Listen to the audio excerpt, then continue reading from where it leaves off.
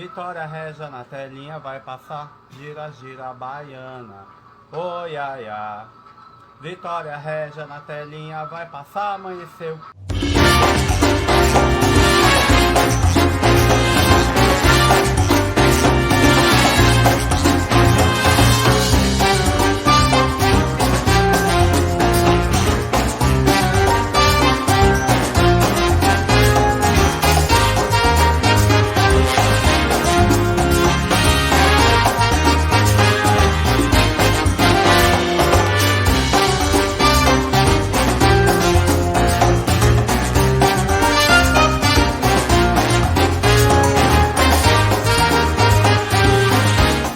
Boa noite, Amazonas, boa noite, Brasil. Começa mais um Contrariando Interesses com o Edivan Viriato, a pessoa que vos fala aí do outro lado. Gente, 15 de janeiro de 2022, um ano novo com muitas oportunidades, com vacina e com muita prosperidade para todos aí. E aqui já começa, né? Carnaval, ontem 14 de janeiro, aniversário da Praça 14. Infelizmente a gente não pôde comemorar, mas estamos aqui, porque todo sambista é resistência, minha máscara nunca vai cair, nunca vai sair do carnaval, porque na minha casa sempre é fevereiro. Tô aqui curtindo um desfile, um samba da Vitória Regia de 1995, homenageando a crítica, lembrando o Carnaval de Manaus, quando os próprios presidentes das escolas de samba eram mais unidos e faziam um bom carnaval, e quando o desfile das escolas de samba de Manaus era o segundo melhor carnaval do Brasil, acreditem, pessoal. E hoje não está nem entre os 10. Até Amapá e até mesmo o desfile das escolas de samba do Pará está entre os 10 melhores do país. Mas vamos correr atrás do prejuízo. Então, gente, fico muito feliz em vocês estarem aí acenando, tá ok? E hoje, antes de mais tudo, eu queria mostrar para vocês, pessoal, esse livro aqui que eu tô lendo, tá? Pela 8ª vez, O Brasil Tem Cura, tá? É da jornalista Raquel Sherazade. Ele também já foi embasamento teórico para algumas teses minhas, para alguns artigos de defesa, de especialização, e é excelente, tá? E eu gostaria aqui de iniciar o programa fazendo uma passagem da página 113, quando ela fala um pouco da transformação do Brasil.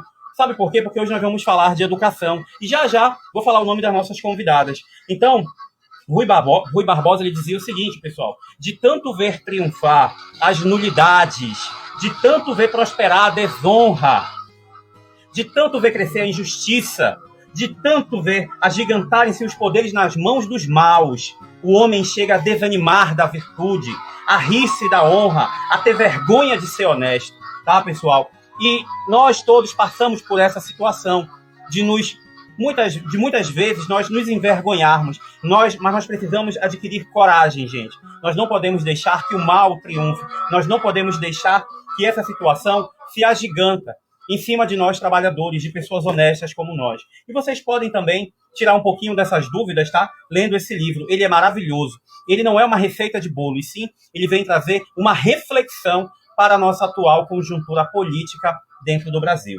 E às vezes nem acha. Olha, é sempre assim. Na hora de pedir votos, todo político repete a mesma ladainha. Vamos investir em educação. Só que depois de eleitos, poucos transformam a promessa em realidade. Vejam só o caso do projeto de lei que desonera impostos de materiais escolares que nós mostramos na matéria. Depois de aprovado no Senado, está emperrado na Câmara dos Deputados desde 2009. E pasmem, naquela casa, o projeto chegou a ser rejeitado pela Comissão de Educação. Que ironia do destino. Mais forte foi o lobby do setor automobilista, que foi agraciado aí com a redução de IPI. Mais sorte deram os artistas nacionais, que terão isenção fiscal sobre CDs e DVDs. Essa é a prioridade que os políticos dão à educação. Fato é que países medíocres como o Brasil não priorizam a educação porque não querem crescer, porque não querem mudar. Mudar pra quê? Deixa como está. Deixa o povo na rédea curta da ignorância. Assim fica mais fácil manobrar. Muito bem, então nós vamos falar também de educação. E para isso eu trouxe hoje duas convidadas especialíssimas, né? Educadoras natas dentro da universidade, dentro de universidades aqui do nosso estado e também do estado de São Paulo. Hoje nós vamos conversar com Clio Monteiro, que ela é bacharel em Ciências Sociais, e Patrícia Oliveira, que também é pedagoga e mestre em Educação. Eu vou fazer o convite aqui para elas, que elas já devem estar aguardando. Estavam mandando mensagem para mim, muito nervosas ainda, não sei porquê. São pessoas extremamente acostumadas a lidar com um grande público, Mas eu vou convidar aqui. Epa, Agora, muito bem! Demorou, mas chegou, meu irmão.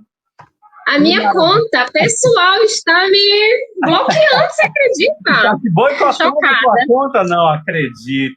Não Não Eu fui na creio. da empresa.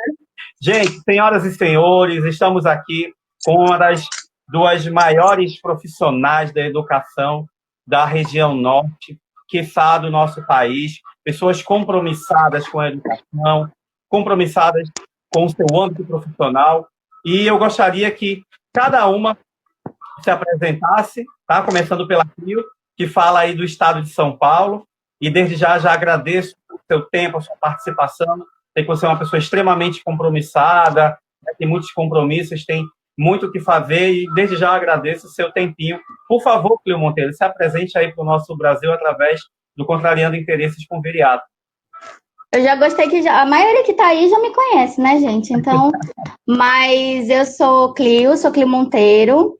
Eu sou amiga do Edivan e da Patrícia há muito tempo, né? Eu fui fazer as contas hoje desde 2014, então a gente já tem história. Eu conheci eles na área da educação, eu era professora universitária. Hoje eu sou educadora social, mas sempre estive aí inserida no meio da educação. Eu sou cientista social, bacharel, e sou mestra em sociologia. E é isso. Hoje eu sou manauara, isso eu tenho que falar muito, tenho que colocar que eu sou de Manaus, Amazonas, mas atualmente eu moro no interior de São Paulo, numa cidade chamada Presidente Prudente. E é isso, é uma honra estar aqui, Edivan. Você é um dos amigos de profissão e de vida aí que eu levo para sempre. E a Patrícia também, obviamente. É o trio, gente, esse trio é antigo. É desde tempo.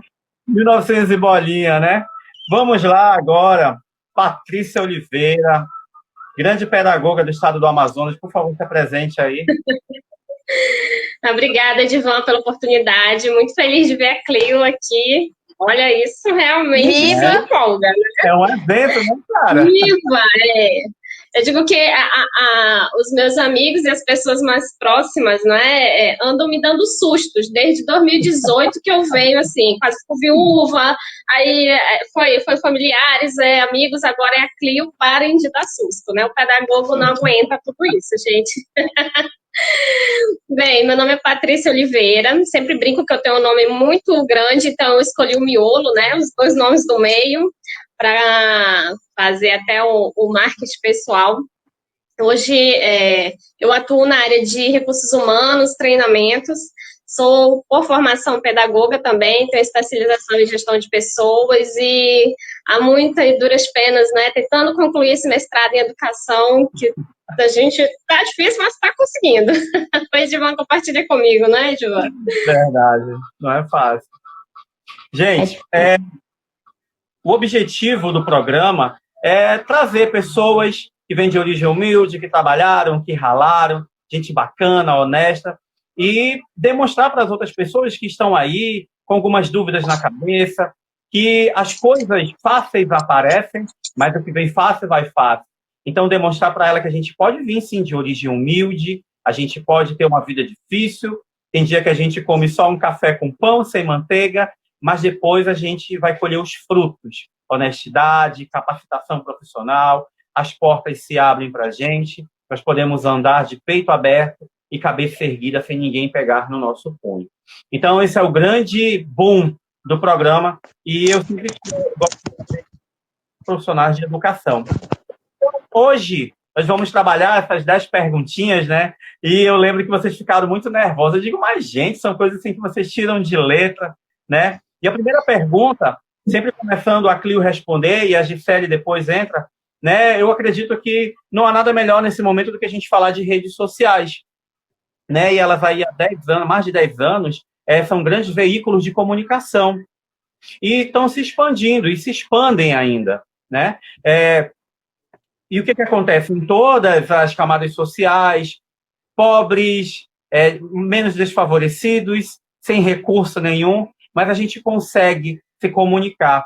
E eu pergunto, isso é um fato mundial, porque se a gente for estudar na história, não tem nada escrito, não tem receita de bolo, de nenhum fato dizendo de computador, de celular ou algo parecido. E vocês veem isso hoje em dia de maneira positiva ou de maneira negativa para a nossa sociedade atual? Primeiro a Clio responde aí. Essa pergunta é bem capciosa, né? Porque eu acho que, como quase tudo na vida, existe o lado bom e existe o lado ruim. Eu acredito que as redes sociais, elas trazem algo mais positivo, principalmente a gente que trabalha na área da educação, para disseminar conhecimento. Eu que sou socióloga, né, que sei a importância das relações sociais, para que a gente se consiga manter numa relação. A prova disso somos nós três, que agora a gente está distante, né, fisicamente, mas a gente se mantém perto um do outro graças às redes sociais, graças à internet. O que é ruim, na verdade, é o ser humano, né? É o próprio ser humano que faz o uso indevido das redes sociais. Então, é a falta de educação, é a falta de consciência, é a falta de bom uso que se faz das redes. Porque se a gente soubesse utilizar elas, né, em prol da educação, da disseminação de conteúdo, né, do estreitamento das relações, se a gente soubesse utilizar de maneira positiva, eu acho que não teria nem o que falar de ruim. O que é ruim mesmo é o mau uso que se faz delas, ou o exagero, né? Então, como eu disse, é importante o estreitamento das relações, é importante para disseminar conteúdo, educação, enfim, só que a gente não pode levar isso no extremismo, né? Então, eu só acredito se estiver numa rede social. Eu só vou me relacionar se for através da rede social. Como tudo também que é no extremo é negativo. Então, para mim, a rede social ela é muito mais positiva que negativa. Só que o que preocupa e o que faz com que as redes sociais sejam assim preocupantes é o mau uso que se faz delas. Justamente. Vamos lá. Perfeito, Clio. Eu concordo com a Clio, eu acho que isso é igual um remédio, né? Se dado na dose certa, ele cura, e se dado na dose errada, pode ser um veneno. Então, hoje a gente, na sociedade que a gente percebe, tudo volta ao equilíbrio.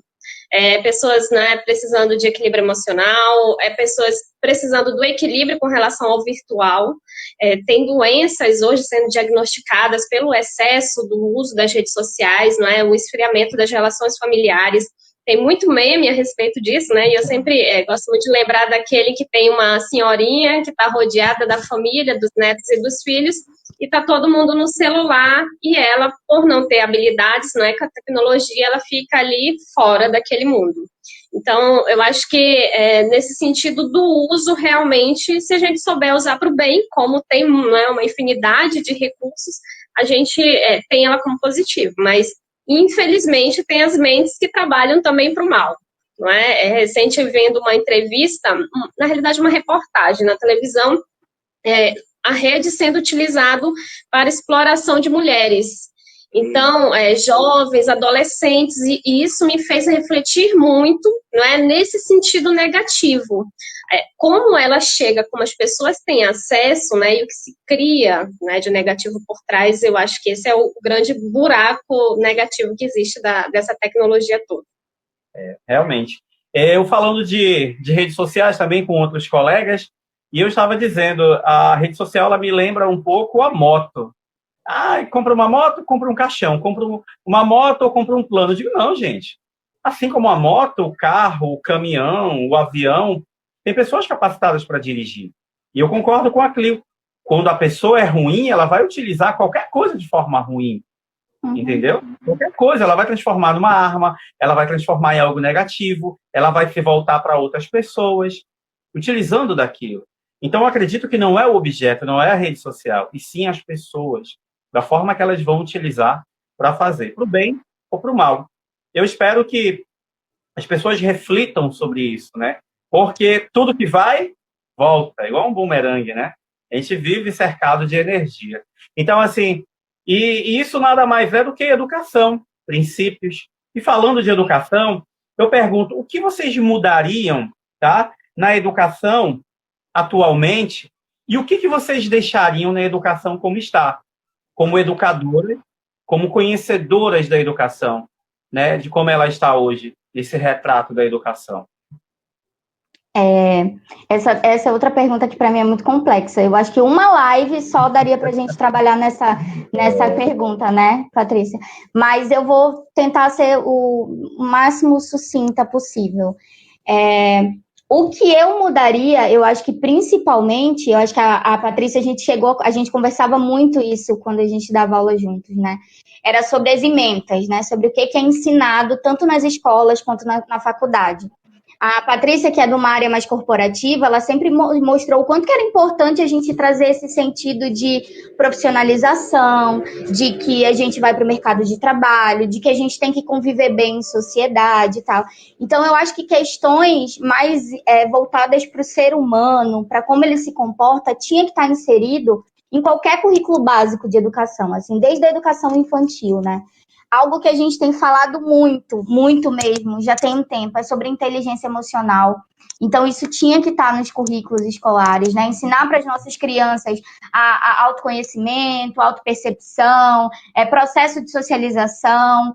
Então, eu acho que o currículo educacional, tanto nas escolas quanto nas universidades, eles tinham que se adaptar a essa nova sociedade, né? Esse novo contexto que a gente vivencia. O próprio exemplo da pergunta que a gente estava trabalhando anteriormente. Por que não ensinar boas condutas em rede social nas escolas? Por que não ensinar a importância de você fazer bom uso dessas ferramentas? Então, eu acho que, falando de base curricular, ali, de ementa, né, do que é trabalhado mesmo nas escolas e na faculdade, eu acho que precisa mudar, precisa se reciclar, precisa se adaptar, né, ao novo contexto, ao que a gente está vivenciando. Um exemplo é a pandemia. A pandemia ela já tem que estar presente aí nas próximas disciplinas, porque a gente não estava preparado para viver uma pandemia. Então, a gente sabia ali, quando a gente estudou história, sei lá, 1900 e bolinha, que aconteceu alguma epidemia de varíola, sei lá o quê, mas a gente não sabe, né? A gente não vivenciou isso. Então, para mim, base curricular, como as disciplinas são ministradas, é o que precisa mudar, precisa se adaptar. O que, para mim, tem que ficar do jeito que está, mas ainda assim, com uma mudança, eu acredito na importância do ensino remoto. Eu acho que o ensino remoto ele é uma ótima ferramenta. Foi através do ensino remoto que a gente conseguiu fazer com que a educação continuasse, né, nesse período de pandemia, mas eu acho ainda que o ensino presencial ele precisa ser mantido. As pessoas precisam uma das outras cara a cara, precisam de abraço, de toque, de percepção comportamental, né, de você enxergar o outro. Então, aí agora já está em pauta o ensino híbrido, que eu acho que é bacana também, quando você consegue mesclar. Mas eu acho que uma das coisas que a gente não pode perder, e eu confesso que me causa até um pânico, assim, é quando eu escutava falar, mas daqui a um tempo não vai ter mais aula presencial, vai ser tudo pela internet. Isso me preocupa, porque somos pessoas, somos seres que precisam, né, de outras pessoas. Então, o que para mim precisa permanecer é esse fato de que na educação a gente tenha o ensino presencial em grupo, né? Então, isso. Seria isso. Daria para aprofundar mais, tá? Mas Eu acredito. daria para falar do papel do professor, de como o professor é visto, né? De como é a questão do salário. Daí a gente já emenda política, economia e tal. Mas passar uma semana aqui. Uma semana. Vamos lá, Patrícia. É um assunto que realmente levava horas na sala dos professores para a gente discutir, porque realmente é muito importante. E eu sempre conversei muito com a Cleo, eu sempre puxava, lógico, né, o fogo para minha sardinha. E hoje, apesar de não atuar na pedagogia infantil, mas eu tenho muitos colegas, e eu acompanho muitos profissionais em redes sociais que trabalham, inclusive, com a educação infantil. Então, por que isso me interessa? Porque eles são a base. Mais tarde, daqui a alguns anos, essas pessoas vão estar onde? No mercado de trabalho. E eu vou estar cruzando com elas. Hoje eu até brinco, né? Eu digo, gente, esse povo que nasceu em 2000, quando eu vou fazer uma ficha registro de um funcionário, né? Fazer um cadastro. Eu digo, sou contra quem nasceu em 2000. Esse povo é muito moderno, ele é muito tecnológico, ele tem pressa de viver, ele tem pressa de subir na carreira. Então, eu acho que hoje está precisando cada vez mais fazer essa preparação, porque aquele ensino mais tradicional, aquelas emendas fechadas, tradicionais, não é? Quando que eu e a Clio usamos a fórmula de Bhaskara? Quantos anos faz que a gente utilizou ela na prática, não é? Mas para resolver conflitos, eu precisei desenvolver inteligência emocional para poder atuar bem, para poder manobrar com o outro. E essa questão do híbrido também concordo plenamente, porque hoje a gente, ser humano, precisa de outro ser humano para socializar. Nós somos seres sociais. Então, não tem como tirar isso hoje, né, do papel da educação. E eu acho que uma segunda, né, melhoria que poderia haver, que também já está acontecendo, é a questão do empreendedorismo infantil. Hoje eu vejo muita gente, né, muitas escolas trazendo isso para dentro da ementa curricular. Eu lembro que minha sobrinha, quando tinha 10, 12 anos, a gente comprou um livro, né, didático voltado para esse tema. Nossa, eu achei maravilhoso na época, eu fiquei muito empolgada. Eu digo, porque hoje o mundo está saindo de um novo cenário, aí dá um outro tema, não é? Mercado de trabalho, as novas formas de trabalhar e tantos outros cenários. E a reformulação de políticas públicas, não é? Voltado hoje para o ensino. A gente ainda tem políticas públicas muito amarradas, que também é um tema de dissertações de mestrado aí afora. É verdade. Para quem está ouvindo aí, tem vários temas, né? Já dicas aí. E só para fazer eu sou nostálgica, né? E como a gente está distante, eu sou a única que estou distante, porque os dois vivem tomando café juntos. Eu lembro muito da época que a gente trabalhava junto, e eu lembro, gente, falando aí do que a Patrícia falou de empreendedorismo, em faculdade a gente era muito limitado a fazer com que os alunos fizessem, por exemplo, seminário. Então, a única criação que o aluno podia fazer era seminário. E eu lembro que o Edivan começou a inovar e teve um dos meus últimos anos trabalhando junto, a gente fez uma feira, saiu cada coisa maravilhosa. Eu lembro de uma turma de contabilidade que eu dei aula que criou um negócio, assim.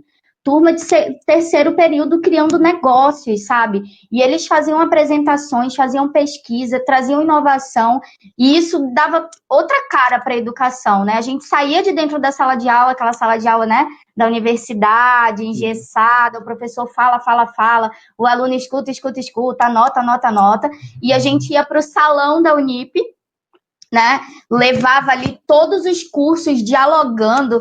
Eu lembro que os cursos de pedagogia faziam peças de teatro. Então, essa questão da criação, do empreendedorismo, ele precisa estar presente na educação, né? Seja a educação infantil, seja a educação universitária.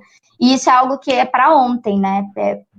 E a gente ainda vê muita educação engessada ainda, de que tem que ser só professor fala, o aluno escuta, e esse processo criativo, empreendedor, ele não é fomentado, né? Eu acredito muito, assim, também, meninas, na questão de fundir tradição com modernidade.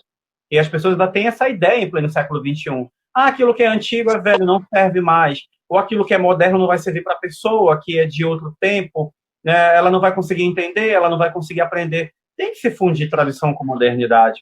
Eu lembro que, quando eu fechava a porta da sala de pedagogia, quando eu detectei, e tinha muitas pessoas que não sabiam distinguir FF de ser cedilha no terceiro, quarto período de pedagogia, eu falei, não, tem alguma coisa errada. E eu não tinha como continuar o assunto se eu não corrigisse isso atrás. O problema estava ali na minha mão. Eu tinha duas opções, passar por cima e reprovar todo mundo, ou então retroceder um pouquinho atrás e trabalhar com eles em cima disso. Então, vamos fazer ditado. Ditado? Eu falei, mas ditado, professor, faz muitos anos. Bora, abre o caderno, coloca a data e uma palavra embaixo da outra.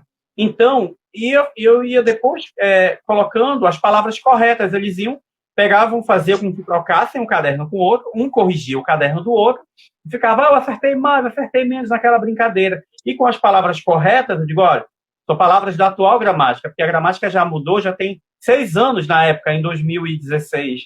Então, hoje já tem 13 anos.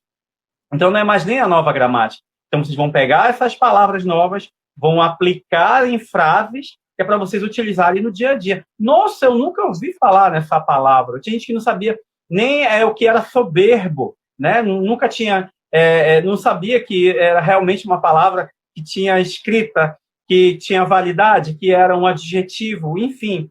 Então, melhorou muito, né? a gente fundindo essa tradição com modernidade. Eu acredito que, para dentro da educação, quem está lá nos representando como tal, falta muita força de vontade, né? Está muito enganjado apenas nos seus próprios interesses, olhando apenas para o seu próprio umbigo. E eu tenho uma terceira pergunta para vocês, voltada para cada âmbito profissional onde vocês estão atuando hoje, tá? Vocês respondem. No âmbito profissional, meninas, se tem 3 situações que não podem acontecer de forma alguma dentro do âmbito profissional de vocês. Clio.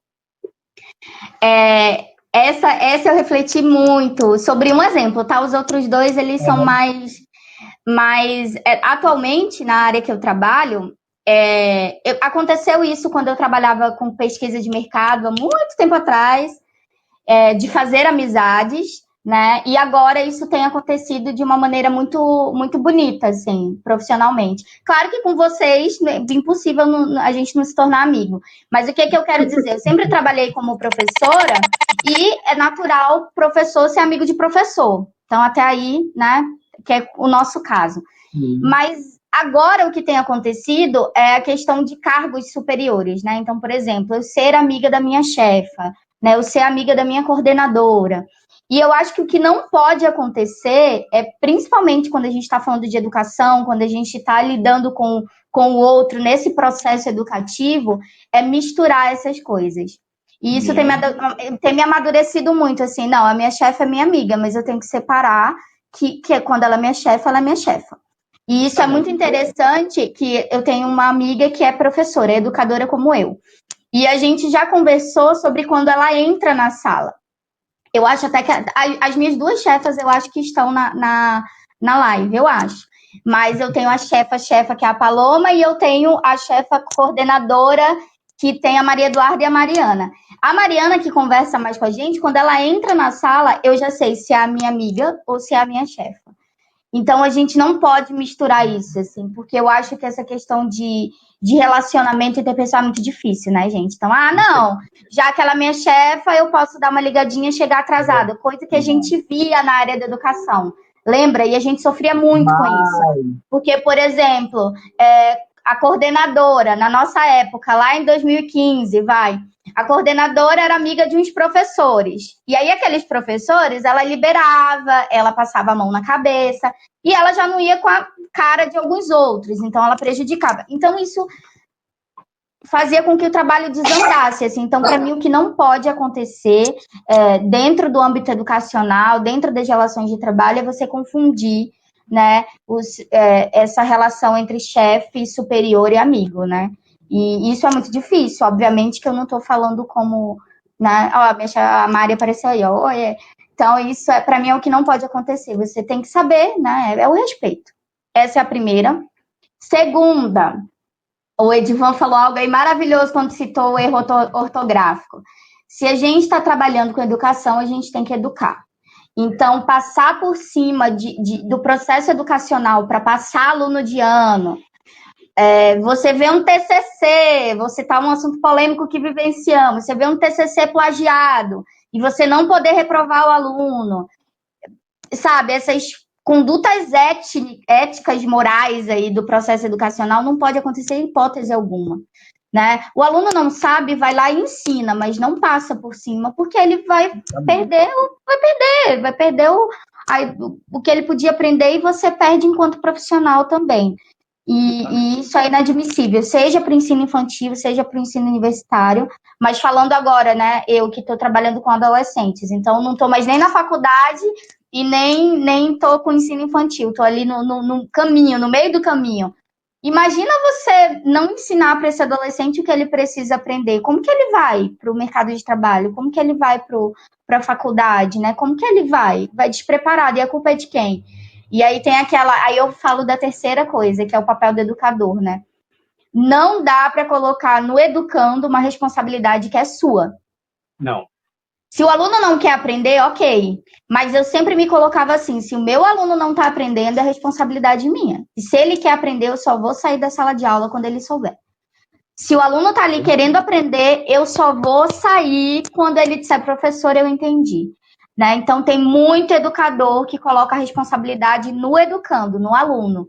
Ah, é tudo vagabundo, não quer estudar. Mas será que é você ou ele?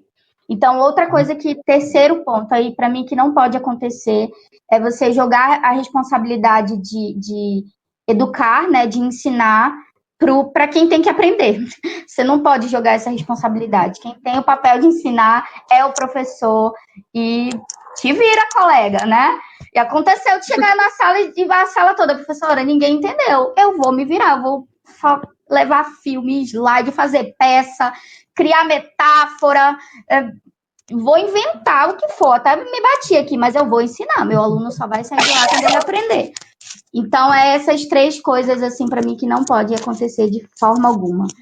Vou até pontuar para confundir as relações, né, de trabalho, não ter uma conduta ética no processo educacional e jogar a responsabilidade de educar para o educando, né? É isso. Muito bem. Vamos lá, Patrícia.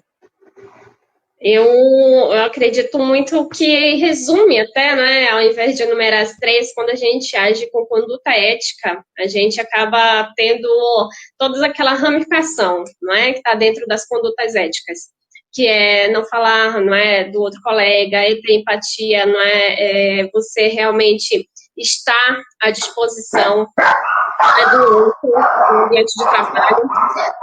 Aqui tá acontecendo, amiga. Deixa eu te dizer que eu tô com um pacote, já tá no final pra ela calar a boca. A minha tá quietinha aqui porque o ar-condicionado tá ligado, senão ela tá rouquíssima de mim.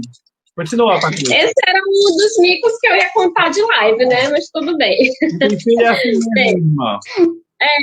A gente vai trabalhando essas questões éticas, porque na faculdade, nos livros, né, nas teorias que a gente lê, eu até hoje no encontro sobre inteligência emocional, a gente falou muito sobre isso. Não nos ensinam, não é? Quando você tem um conflito com um colega de trabalho, quando você está com um conflito com o seu gestor, não tem. É você vivenciar a experiência, trabalhar todo aquele teu repertório comportamental do autoconhecimento, primeiro se conhecer para poder você saber trabalhar o outro, né? E viver, né, essas experiências sem machucar o outro. Eu acho que quando a gente trabalha com essas competências, né, comportamentais dentro de uma ética, você consegue cumprir todos os outros, né, requisitos para ser um bom profissional no ambiente de trabalho. E não é que a gente vai acertar sempre, a gente erra também nesse processo. Não é? E às vezes as pessoas te punem pelo errado, às vezes você também tem uma autopunição, não é? Não poder ter um melhor comportamento naquele momento, né? De repente, sei lá, um exemplo, o gestor que, né, falou de uma forma muito ríspida com o seu colaborador, né? Geralmente eu ouço muito, né, isso no RH. E aí como é que você vai abordar o funcionário e o colaborador? Né? Então, é quando a gente tem essa questão da empatia, que apesar de ser uma palavra que virou meio modismo, não é? Mas ela é muito difícil de ser praticada, porque você entrar na visão do outro, né, olhar pela ótica do outro, não é tão fácil assim, desde que você já tenha tido uma grande experiência. Eu digo que você só sabe quando dói um luto, quando você já passou por um luto, quando você perdeu um ano da faculdade, quando você foi demitido de uma empresa. A gente só consegue ter real empatia, né, de olhar pela ótica do outro quando a gente passa pelas experiências. Elas são muito mais afetivas, né, são muito mais emocionais. Então, eu resumiria em ética mesmo. Perfeito, Minas, perfeito. Melhor colocação impossível. Então, assim, eu vejo na sociedade, ainda temos muitos casos de preconceito, xenofobia, racismo, homofobia. E o que acontece? Vocês acreditam que as novas gerações, que as futuras gerações não existirão esses problemas porque eles já estão sendo discutidos, debatidos nos âmbitos educacionais por profissionais que têm esse mesmo pensamento que a gente? Tem a resposta que eu queria dar e a resposta que é o que eu acho. Eu queria acreditar que realmente, futuramente, a gente vai ter uma sociedade sem preconceito, sem homofobia, sem xenofobia e tal. Mas, tratando de ser humano, né, a gente pode esperar tudo, inclusive o pior. E eu acredito que essa geração, comparada à anterior, é muito melhor. é muito melhor, eles são, né, eles têm muito mais acesso à educação, o processo educacional está mudando, a gente está debatendo assuntos importantes, né, feminismo, machismo, a questão da mulher está sendo colocada muito mais em pauta, a questão contra as pessoas de classe desfavorecida, a questão do racismo, isso está sendo trabalhado de maneira mais efetiva comparado, por exemplo, a quando eu estava na escola. Eu não me considero assim tão antiga, né? Mas há 25 anos atrás a gente não falava disso. No meu ensino médio, eu não falava, eu não ouvia meus professores, era proibido, sabe? Eu lembro que na minha época, gente, era tabu, olha só, era tabu falar de divórcio. Quando minha mãe se separou do meu pai, era vergonhoso falar sobre isso. Hoje tem criança empoderadíssima falando que é filha de mãe solteira e sem problema algum. Então, eu realmente acredito que a sociedade mais para frente vai ser muito melhor por conta desses debates dentro do meio acadêmico, dentro do meio da educação, dentro da área que a Patrícia fala muito, porque eu já trabalhei com ela em palestras dentro do ambiente corporativo, então as empresas estão trazendo a questão da diversidade, né, do preconceito para dentro das organizações. Então, em todos os espaços onde a gente tem educação, isso está sendo trabalhado. Então, eu realmente acredito que essa geração aí, ela é melhor que a gente nesse sentido, né? Porque eles vão realmente mudar esse cenário, mas não para tornar essas pautas inexistentes, porque eu acho que é impossível. Infelizmente, eu acho que o preconceito ele é muito enraizado, né? O machismo é muito enraizado, o racismo é muito enraizado, então eu acho que vai demorar aí um pouco para que ele seja inexistente, mas eu acredito que realmente a melhora já é visível.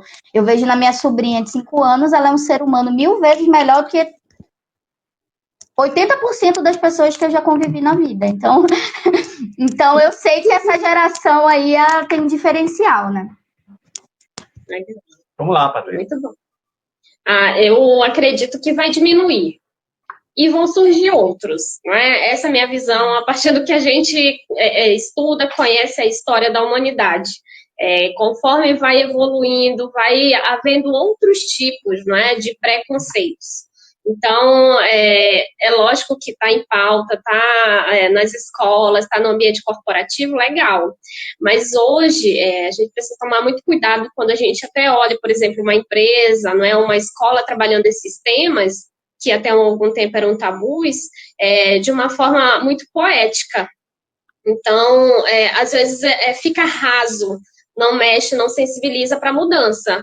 É só, às vezes, um marketing, né, para dizer assim, nossa, aqui nós contratamos 30 negros esse mês. Então, eu acho que tem algumas coisas que a gente precisa refinar esse olhar para realmente poder, né, ter essa sensibilização de que vai haver mudança. Porque mudança é muito difícil, o ser humano gosta muito da nossa zona de conforto. Eu gosto de ficar na minha zona de conforto, né? E quando tentam tirar a gente, o que faz? Resistência. E isso são fatores culturais. Cultura, demora-se muito para você, né, mudar algo dentro de uma cultura. O pessoal fala, o nordestino é mais machista. Eu convivo, né, tenho um convivente com o nordestino, e isso é muito característico das pessoas na fala, porque ele é machista. Então, quando isso já vem de uma certa cultura, não é? Esse enraizamento, ele acaba tendo, infelizmente, esse cenário, né, de ser mais difícil a mudança. Mas eu acredito que nem que seja lentamente, ele vai, né, apresentando as suas melhoras para a sociedade. E isso, sem dúvida, com certeza está mudando, sim. Sim, com Acho certeza. que a Clio caiu, né? Caiu, ela vai já voltar. Acho que passou algum avião por lá, por cima, aí derrubou o sinal dela. E assim, sabe, para fechar essa questão aí, eu tenho uma especialização chamada em História e Cultura Afro-Brasileira. E quando eu falei para alguém, eu disse, nossa, mas nem tem gente preta aqui no Amazonas, tem muito índio. Sabe, aí eu fiquei pensando, eu falei, gente, mas gente preta, povo negro, afrodescendente, tem em todo lugar do mundo. Em todo lugar do mundo. Até porque ninguém é 100% uma raça específica. Até porque a única raça que existe é a humana. Então, as pessoas vivem em povos, etnias, e a partir daí, ninguém é igual. Todos são diferentes, né? Podemos ter um pensamento parecido, podemos ter os mesmos gostos, torcer para o mesmo time e etc. Mas o que acontece? O diferencial, né, é a cultura, é de onde nós viemos, de onde nós viemos, né? E como é que nós vamos apresentar essa cultura para as outras pessoas, entendeu? Então, acredito que o respeito ele é um dos braços, né, da educação. E ele precisa, sim, se manter firme, se manter forte. E acredito, sim, também que essa nova geração, porque eu trabalho muito nisso, e eu trabalho pegando a realidade dessas pessoas e mostrando para elas, né, como é que funciona e como é que as outras pessoas que não conhecem essa realidade vê a gente, né, que é a minoria, mas que nós somos a maioria, que nós estamos ali na base da pirâmide, né? E aí, Fio, conseguiu? O Tô de avião volta? passou? Tá de volta, Nossa. tá sim. Foi um avião que passou aí. Foi. Ai, gente, pela fé de Abraão. Ai, olha só, os colegas que O estão nos bordão dele é assistindo, ótimo. não é? Que quiserem Os teus bater uma bordões. selfie, se tiver bacana, batam uma selfie da gente, depois mandem para mim, eu vou enviar para as meninas, tá bom? Uma selfie bem bonita nossa aí, podem tirar. Aí eu tô indo lá para quinta pergunta, né? Que é para vocês ficarem mais relaxadas, não vi ninguém tomando uma cervejinha, nem. Pois é, eu ia tomar uma cerveja. Fiquei tão nervosa que esqueci. Eu esqueci do café, fiquei arrumando aqui o quarto, a iluminação, enfim. Então, conte aí pra gente a sua experiência nessa pandemia, tá? Tentar ser bem sucinta, a experiência de forma geral, porque o que eu entendo hoje em dia? Tem pessoas que passou por uma situação bem ruim, mas parece que não aconteceu nada. Parece que a pessoa ou ficou pior, né, do que ela estava, ou se perdi, ativou o modo demência e deu tudo para a humanidade, né? Não aconteceu nada, entendeu? Então, como é que Ativou o modo vocês contam aí uma experiência como vocês passaram a enfrentar essa pandemia? O primeiro ano que eu me mudei para a cidade onde eu moro atualmente foi 2019. E foi um ano muito difícil porque eu não consegui emprego. E quem me conhece sabe que eu trabalho desde que eu me entendo por gente. Então foi um ano que eu fiquei desempregada e eu ficava trabalhando de casa, tentando dar aula, fazer freela, fazer artigo, enfim, tentando me virar. Mas foi o primeiro ano, assim, desde que eu me entendo enquanto trabalhadora, que eu fiquei desempregada. Então eu entrei num processo de depressão, fiquei mal mesmo. No início de 2020, eu consegui um trabalho. Não era na área, eu tinha feito uma pós-graduação em marketing, e aí no início da pandemia eu consegui um trabalho em marketing. Então, o começo da pandemia eu estava alegre, né? Porque eu vinha de um desemprego, então eu fiquei alegre. Só que eu fui para o trabalho, fui naquela empolgação de, nossa, vou começar a trabalhar, e veio a pandemia. Então, eu até brinco que, tipo, não teve como ser pior, porque eu peguei 2 combos de processo depressivo enclausurado. Um foi desemprego e outro foi a pandemia. Então, que me enfiaram dentro de casa com a minha mãe e as nossas cachorras. Na época eu morava com a minha mãe, então foi muito difícil. E eu acho que o pior foi perder muita gente em Manaus e estar aqui. Então, muita gente, assim, teve uma hora que eu parei de contar, porque era sempre que eu recebia notícia de alguém que a gente tinha perdido, sabe? E aqui em Prudente, né, teve, obviamente, muitos casos e tal, mas eu não perdi ninguém, graças a Deus. Mas eu não perdi ninguém próximo, não teve ninguém que as pessoas que eu convivo perderam. Então, a realidade aqui estava muito distante da realidade aí, muito, muito distante. Tanto é que eu olhava as pessoas aqui e eu dizia, mano, em que universo esse pessoal tá vivendo? Porque eu tô vivendo em outro. Eu tô sentindo uma dor e perdas que parece que ninguém aqui tá vivendo. Então, isso me incomodou muito, assim, foi um... Eu acho que eu resumiria em conflito, depressão, desespero, assim. A pandemia, de verdade, eu não consigo ver nada de bom que ela trouxe, assim. Tudo bem que a gente amadureceu e tal, mas eu vendo o que vocês passaram, por exemplo, vocês dois, pessoas que eu amo muito e que vocês perderam pessoas. Foi muito difícil, gente, foi muito, assim. Ainda mais estando aqui, sem poder estar aí, sem poder abraçar os meus amigos, sem poder estar com as pessoas que eu gosto, foi muito difícil mesmo, de verdade. Eu não consigo, eu vou utilizar até o termo que você usou na outra pergunta, né? Você falou sobre que eles ensinam tudo muito poeta, tudo muito bonitinho. Eu não consigo dizer, dessa pandemia eu tirei superação e aprendizado. Não, mentira. Dessa pandemia só tirei desgraça, raiva, ódio, fora Bolsonaro, e é isso mesmo. Ódio e depressão. Foi só o que eu vivi. Já tô até estressada, só de falar. Foi isso. Não recomendo. Vamos lá, Patrícia, para aquilo não ficar estressada mais. Olha, eu tava quase chorando já, mas aí o estresse dela é tão engraçado, porque ela é desse jeito, né? Quando ela estressa, ela começa a falar. Muito engraçado. Eu digo que essa pandemia me deixou tão ocupada que até mesmo nas minhas perdas familiares, né? Quem me conhece, quem é mais próximo, sabe que eu perdi meu pai na pandemia, na época do Covid. 7 meses depois foi minha mãe, né? Em decorrência também infelizmente, dessa doença, acabou agravando o que ela já tinha de comorbidade. E assim, foram momentos muito dolorosos, mas outro dia conversando também com uma colega, eu disse assim, gente, Deus é tão maravilhoso, né, que a gente se entrega um pouco mais para a espiritualidade nesse momento, a gente precisa se agarrar em algum local que a gente não sabe qual é e a gente procura, né, que seja religiosidade. E eu estava com a minha mãe na UTI em alguns momentos, o meu pai e outras famílias ao redor, porque na empresa que eu atuo também tivemos perdas. Né? Então, eu estava dentro dos hospitais, eu estava acolhendo outras famílias que estavam passando pelo mesmo momento. Então, eu digo assim que, mesmo na dor, me apresentou pessoas maravilhosas que vou levar para a vida. Né? Foi ali que eu soube quem eram os amigos de verdade, né? Que estavam próximo, que perguntavam todos os dias. Eu passei a conhecer melhor quem eram as pessoas que se importavam. Não é? Eu acho que isso é legal no círculo social que a gente vive, e pude também ter contato com outras pessoas que vivenciaram a mesma dor, e ali a gente pôde, né, reunir forças. Então eu digo que eu não enlouqueci, graças a Deus eu não deprimi até agora. Eu tenho um certo receio, né, de que a ficha ainda vai cair, porque o processo de luto ele é demorado, né? Não é porque não vê você chorando todos os dias, a todo momento, que você não está passando por luto.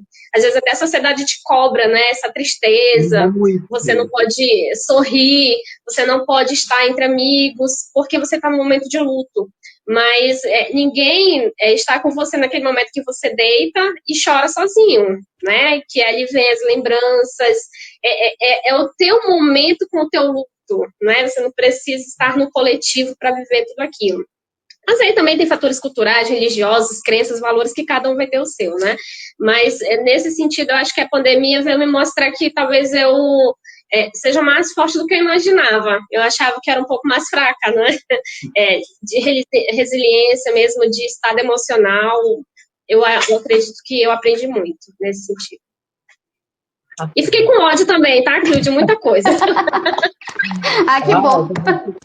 Não sou só eu aqui rancorosa.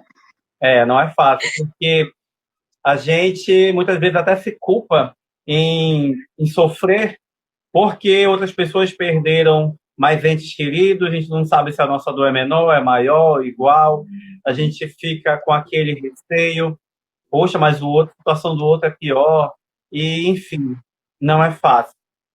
Então, realmente... Edvan, eu sempre digo, né? Sempre vai ter o mais lascado que a gente, né? Quando eu dizia assim, nossa, eu perdi meu pai. Aí uma pessoa vinha e dizia assim, nossa, eu acabei de perder meu pai e minha mãe, com um delay de 12 horas entre um e outro. Meu Deus, ele tá mais lascado que eu. Então, assim, a gente sempre estava escutando histórias, né? Um pouco mais difíceis até que as nossas, né? E a gente ficava, meu Deus, como é que vai dividir a dor do sofrimento nessa hora, né? É complicado. E assim, a gente que já perdeu, é uma dor que a gente não consegue explicar, porque a gente dorme e acorda com essa dor. E a gente tem que administrar ela, porque a gente tem que se alimentar, a gente tem que trabalhar, as outras pessoas não têm culpa, né, dessa situação, e a gente precisa seguir. Mas como seguir? Que ficou um monte de incógnita, a gente não sabia se era a mesma hora da pessoa, veio, né, nessa pandemia, enfim, e outros problemas que vêm atropelando, né? E ocasionam realmente até a doença, né, da nossa saúde mental. Mas hoje eu vejo que nós, né, Gisele, nós estamos não mais fortes, mas nós criamos uma estrutura de como desviar, né, desse sofrimento, né, diário, né, desviar o pensamento, focar no trabalho, focar em algo que está para a gente sobreviver. Porque eu acredito que no nosso país de dimensões continentais, que é tão lindo, gente, e no nosso estado, que é o maior do Brasil, a gente não está vivendo, a gente está sobrevivendo por várias outras questões que a gente não toma conta, não é culpa da gente, né? E a gente sofre essas consequências, infelizmente. E depois de falar aí de coisas tão pesadas como a pandemia, mas a gente precisa falar, né? Nos agracia aí com uma situação bem engraçada que vocês já passaram em casa ou na rua, aquela situação que você, eu tô com um vestido belíssimo, e você tá passando, o vestido engata, e rasga, fica com aquela tira, e o cachorro pisa em cima, enfim, conta aí pra gente rir a beça aqui. Eu quero rir muito agora, hein? Ai, me senti agora constrangida a contar. Na verdade, eu pensei, quando eu fui falar, gente, o que de engraçado eu vou falar? Porque nos últimos anos não tem nada muito engraçado acontecendo.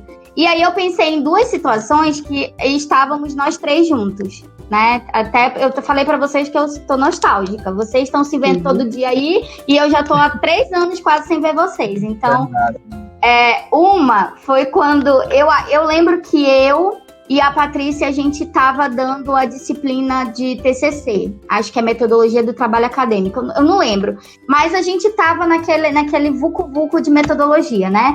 Então, ensinando os alunos a fazer artigo, fazer TCC, aquela loucura, e a gente estava dando aula sobre a BNT. Para quem está aí e não sabe, a BNT é a Associação Brasileira de Normas e Técnicas. Então, a gente falava da BNT o tempo todo. Em toda sala de aula entrava e, vocês têm que procurar a BNT, vocês têm que consultar a BNT. O Edivan falava muito, consultar a BNT. E a sala dos professores, onde a gente dava aula na Unip, ela era meio que integrada com a secretaria. Então, o que acontecia na secretaria, a gente ouvia na sala dos professores. E foca nisso. Toda sala de aula, a gente estava falando muito da BNT. Pesquisem a BNT e tal.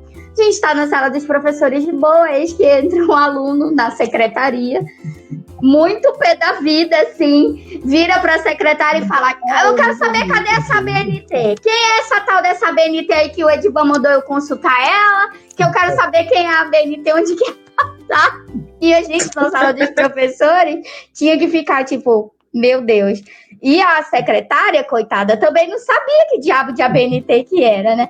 E ela, gente, que BNT? Quem é? Quem é essa mulher, né? E a gente ficou rindo. E aí a gente chegou à conclusão de que a gente tem que ser mais claro, né? Olha, gente, a ABNT não é uma pessoa. É a Associação Brasileira de Normas e Técnicas, né? E, gente, eu nunca vou esquecer. Eu acho que a Edivan sabe quem é o aluno.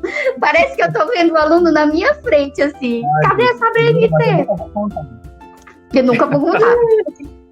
E aí tem uma outra situaçãozinha que é engraçada pra mim. Pode não ser pra você, mas pra mim é muito boa. Eu sempre tive um probleminha de autoestima. E aí eu lembro que num período lá, dando aula, eu tava me sentindo meio gordinha e tal. Aí eu tava meio cabisbaixa. Aí a gente tomava café da manhã, a gente comia um sanduichão, assim. Aí nesse dia eu, não vou comer não, porque eu tava me sentindo gorda. Aí o Edivan virou pra mim na sala dos professores também. Falou, Bem, o que é que tu tem? Tu tá muito borocochô, tá muito pra baixo. Aí eu falei, Edivan, é que eu tô me sentindo meio gorda. Gorda? Se tu tá gorda, eu sou a Moby Dick do Amazonas. Moby Dick do Amazonas. Eu rio disso até hoje, cara. Moby Dick do Amazonas. Da onde tu tirou isso, velho? Moby Dick. Gente, Moby Dick é a baleia. Eu li o livro. É a maior baleia do universo. Ele falou que ele era Moby Dick do Amazonas. Então, essas duas situações sempre me fazem rir muito, sério. A Moby Dick do Amazonas. Tu nem lembra disso, né? Não lembro. Nossa, eu até hoje, eu tenho todos os jargões do Edivan. E eu falo dele para um monte de gente. Gente, vocês precisam conhecer o Edivan. Eu faço uma propaganda dele como se ele fosse um produto. É os slogans dele, né? Pela fé de Abraão, a gente morre de rir quando ouve os áudios. Aí eu acho muito engraçado quando ele critica o calor, né? Que ele diz que em Manaus nasce um sol para cada habitante. E aí sempre uso também.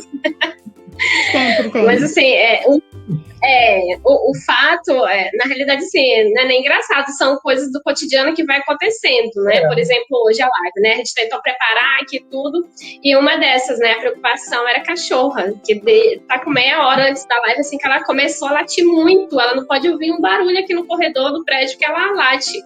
E, gente, eu acabei o pacote de que eu dog. Eu tô com medo dela explodir. De tanto que e ela continua pedindo mais. E ela conseguiu pegar tudo que tinha assim nos quartos, na sala. Minha sala tá destruída, vocês não têm noção. Ela rasgou já desde da capa de chapinha aqui de casa. Tá tudo. Quando terminar essa live, eu tenho um certo prejuízo, viu, senhor Edivan? Vou mandar fatura pra você. Mas um fato assim de mico de rede social que eu já passei, que eu lembro sempre, né, é a questão, eu trabalhava numa empresa e tinha, tipo, um diretorzão, assim, e o filho dele ia fazer 1 ano de idade. E aí todo mundo comentando na empresa, nossa, né, deve ser 1 ano de idade, onde será? Deve fazer em Miami, não vai fazer nem em Manaus, porque ele é muito chique, né, a esposa é muito chique, tudo mais. E aí, a gente não sabia a data que isso ia ocorrer, poucas pessoas foram convidadas e depois uma colega xeretando, né, essas casas de festa de Manaus, achou um story do aniversário da criança. E me mandou, e assim, eu não tinha muita habilidade no Instagram ainda, até hoje não tenho muito, né? Vocês perceberam aí, para entrar na live. E aí eu entrei lá no endereço e vi, né? Digo, gente, que coisa linda. E aí, eu pensando que estava respondendo para ela, né? Eu escrevi, que luxo. Só que o desgramento do corretor ortográfico falou assim, que lixo. Não, gente, eu não mandei no privado dela, eu mandei na festa do diretor. Aí você imagina meu desespero, eu não sabia se aquilo apagava, quem podia me ajudar. Eu fiquei desesperada, gente, tá batida a minha conta. Eu sou do RH, eu mesmo vou fazer minha carta, né? Quando ele veio isso. Que lindo, muito cuidado, né? Quando me mandar alguma coisa que eu sou meio anta, preciso fazer isso. Nunca esquecer a diferença do luxo pro lixo. Beijo nos 30. Assim, Edivan, conta uma, Edivan. Da faculdade, eu lembro uma que corrigindo as provas, né? Sentava todos os professores à mesa lá. E era no meu primeiro ano da Unip. Né? E, nossa, eu tinha batido muita tecla sobre Karl Marx e tudo mais. Aí, era escrito, né? Eu perguntei, quem foi Karl Marx? Cara, quando eu comecei a ler, eu falei, não, gente, eu tive uma crise de riso. Eu não consegui. Aí, todo mundo, o que foi, Edivan? O que foi? Fala, o que aconteceu? Fala, vereador, o que aconteceu? Quando eu parei de rir, eu fui ler pro povo, eu tava lá. Quem foi Karl Marx? Karl Marx. Remédio de tarja preta, utilizado para controlar pessoas com problemas mentais. Aí eu falei, não, gente, cara, eu não aguentei aquilo. Eu tive uma crise de riso. Aí eu falei, com a menina, eu falei, minha gente, vem cá, como é isso aqui? Eu nunca...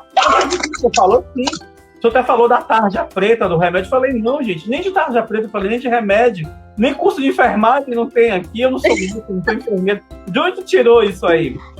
E aí acabar, a outra colega que, enfim, colou e passou e foi passando para trás. Umas 4 colocaram isso. Então, assim, algumas coisas que acontecem de engraçado com a gente, mas foi ruim para elas, né? Elas foram para recuperação e eu não lembro depois se passaram. Porque quem fazia a recuperação dificilmente passava. Mas, assim, o bom dessas situações, né? Que fica essa lembrança gostosa da gente rir, da gente chorar de felicidade. O Sandro Moura, oficial, está dizendo aqui que é isso. Fofoca News, adorei, gente. Ele está dizendo. Eu acho que ele é amigo de algum de vocês também. Agradeço esses palhacinhos são meus. Agradeço também a Andréia, tá? Madrinha de bateria da Escola de Samba Tom Maior de São Paulo. Muito obrigado pelo prestígio, Andréia. Um grande beijo para você. Gente, deixa eu perguntar de vocês a pergunta surpresa. Ai, meu Deus. Rufem os tambores, essa aqui não foi para pauta. Clio, o povo quer saber. Conte. Amor à profissão ou trabalho por necessidade? Qual desses dois sentimentos você tem pela sociologia? Amor à profissão. Muito amor. Até porque para você ser sociólogo, você tem que entender que a sua necessidade não vai ser porque dinheiro não dá, entendeu? Então nem a necessidade não fica rica, né, amiga? Não fica rica. Então, socióloga rica? Nenhum sociólogo rico, não. Não, conheço o Barack Obama, só. Único. Único. Amor à profissão. É muito amor mesmo. Que bom. Amor. Fico feliz. Gisele Patrícia. Gente, o nome da Patrícia, tá? É Gisele. Porque ela é muito fashion, ela coloca só Patrícia Oliveira e vai embora. Para os íntimos é Gisele. Patrícia. O povo quer saber. É até estranho ouvir tu chamar de Patrícia, sabia? Porque você só me chama de Gisele. Eu chamo Patrícia, eu só chamo Patrícia. Mas, voltando rapidinho, no aniversário uma vez, né, eu levei amigo da escola que era Gisele e o amigo da rua que era Patrícia. Na hora de, né, parabéns pra você aí. Uns cantavam Gisele, os outros Patrícia, e um olhava pro outro. O que tá acontecendo aqui, né? A gente tá no aniversário errado. Ai, gente. Isso acontece com quem tem dois nomes próprios, né? Igual eu. No trabalho só me chamam de Viriato, aqui em casa só me chamam de Edivan, os amigos, né? Então, assim, lá no trabalho só me conhecem por Viriato. Não sabia que teu primeiro nome, mas é por causa lá da justiça, de onde eu trabalho, o pessoal só me conhece como Viriato também, e assim vai. Patrícia, o povo quer saber, né? Qual a sua maior dificuldade no âmbito profissional, até hoje, que você ainda encontra? Depois de fazer muito teste de perfil comportamental, escutar alguns colegas, né, pedir feedback, é uma coisa que eu trabalho muito, que tem que ter plano de ação, assim, todos os testes aparecem que é por conta do perfil mesmo de comunicador, fugir dos conflitos. Apesar de que a minha profissão, né, na área de RH, é o que mais eu resolvo no dia a dia. Então, eu tive que ver de presente para eu poder trabalhar isso no dia a dia. Mas os conflitos, eles me incomodam. Não é? Ter que dar feedbacks negativos, por exemplo, também é uma outra dificuldade que eu tenho. Né? A pessoa sendo muito minha amiga, eu falo abertamente, né? Mas geralmente quando é um outro profissional em que você tem que ter mais formalidade, mais dedo, né? De usar a técnica correta para dar um feedback negativo, eu me sinto incomodada. Outro dia, conversando com uma amiga, né? Ela precisava dar uma advertência para uma colaboradora dela, né? Por mal conduta dentro da empresa. E aí ela me ligou, ela disse, você precisa tomar um café com você, conversar, né, sobre um assunto, e eu queria pedir um conselho sobre o que eu faço com relação a essa situação. Aí eu digo, amiga, eu tô confortável demais, sentada aqui, né, falando o que você tem que fazer é uma coisa, mas eu vou te dizer que eu já senti muita dor de barriga em ter que dar feedback, né, de ter que resolver conflitos da minha equipe. Né, na época que eu tinha liderança ali de 8, 10 pessoas, então esse era uma das... Tinha dificuldade, ainda tenho, né, mas tento trabalhar isso diariamente para também não travar o caminho.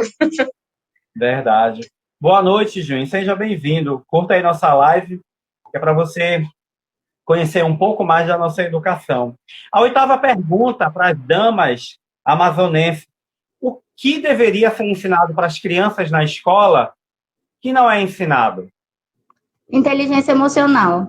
Para mim é top 1, assim. Inteligência emocional, autoconhecimento, autopercepção. Eu acho que tinha que ter uma disciplina chamada, sei lá, respeito ao próximo também, assim, para ficar martelando na cabeça da criança, assim, algo sobre diversidade cultural. A gente tem muito isso de não conhecer nossa cultura, não conhecer a diversidade, por isso que a gente tem tanto preconceito. Né?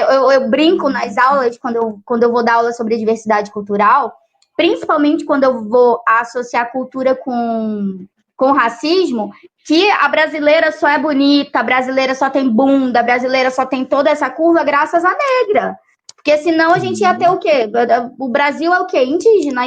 A Índia não tem, né? A Índia é mais reta. Então, a gente herdou tudo isso dessa mistura cultural. Então, acho que as nossas crianças precisam aprender desde novinhas o quanto que a nossa cultura é multi, né? É plural. E inteligência emocional. Para mim, tinha que ter disciplinas só sobre isso. Perfeito. Eu vou de encontro com o que a Clio fala, não é? Hoje a gente tem até pesquisas voltadas na área de recursos humanos, que é justamente profissionais são contratados pelas suas competências técnicas, mas elas são demitidas por questões comportamentais, né? Por não saber se portar, por não respeitar a questão da hierarquia, não respeitar processos.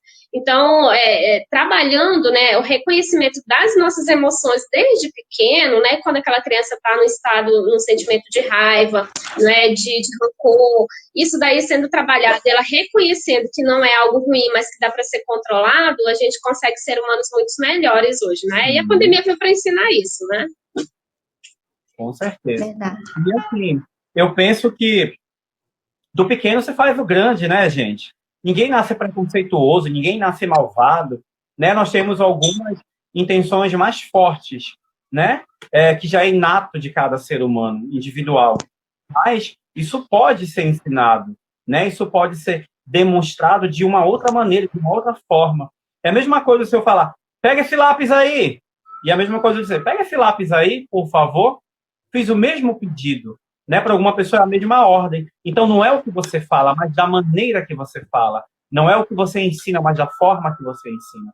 Infelizmente... Não é o fundo, é a forma, né, Divan? Eu tinha um gestor que falava muito sobre isso, não é? Não é o fundo. O fundo, muitas vezes está certo, mas é a forma que se faz que precisa ser consertada. Olha só, o Sandro Moura, ele está perguntando aqui, vocês acham injusto o RH não dar o feedback para o candidato porque as pessoas de RH enganam os candidatos, dizem que vão dar o feedback e não dão? Eu posso até iniciar dando a resposta para você, Sandro. A gente, como assistente social, a gente participa muito de seleções, né? No Polo Industrial, na Justiça Federal, participei de alguns. E eu acredito que deveria ser dado. E, pelo menos nas empresas onde eu fui, nas instituições onde eu estive, era dado na hora, assim, cara crachá, né? Eu lembro que, para dar um exemplo bem rapidinho, no Polo Industrial fomos convidados e foram 50 pessoas e chegaram numa mesa bonita com tapioca, todo aquele café regional, Clio, babaí, pupunha, tucumã, caboclinho, uma delícia. 50 pessoas. Tinha gente que chegou e foi colocando, abriu a bolsa, enrolando no papel e colocando salgado, colocando. E teve pessoas que foram lá, pegaram uma tapioquinha, ou cortaram, sentaram e tomaram um café. A avaliação primeira era aquela. Então, eram estrangeiros, era coreana a empresa. De 50 pessoas, ficaram 3. Porque eles falaram, eu não quero pessoas assim, com esse comportamento aqui. Porque nós recebemos visitas diárias, nós trabalhamos também a responsabilidade social. Como é que pessoas vão estar assim? Né? E isso foi só um dos braços que ele falou. E as outras 47 foram eliminadas, as outras 3 foram fazer prova e tudo mais. Então, eu acredito que o feedback ele deve ser dado, sim, para o profissional, mas também varia da cultura empresarial, né? da empresa. Na minha opinião, é muito importante falar, eu errei nisso aqui. Então, no próximo eu já preciso melhorar, preciso treinar isso aqui. É igual como a gente vai dançar, é igual quando a gente vai apresentar um teatro, quando a gente vai apresentar uma dança para alguém, o que a gente faz? A gente treina. Vai apresentar um TCC, o que a gente faz? A gente ensaia incessantemente, exaustivamente, para dar o nosso melhor. Patrícia, responde aí o Sandro. Então, né, essa questão do retorno gera uma série de conflitos lá pelo LinkedIn, por exemplo, que é uma rede mais profissional.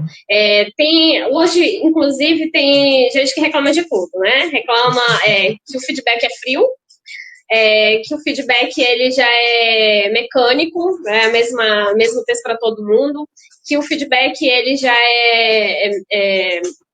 muito tecnológico, né? O próprio robô que vai lá e te responde se você passou ou não.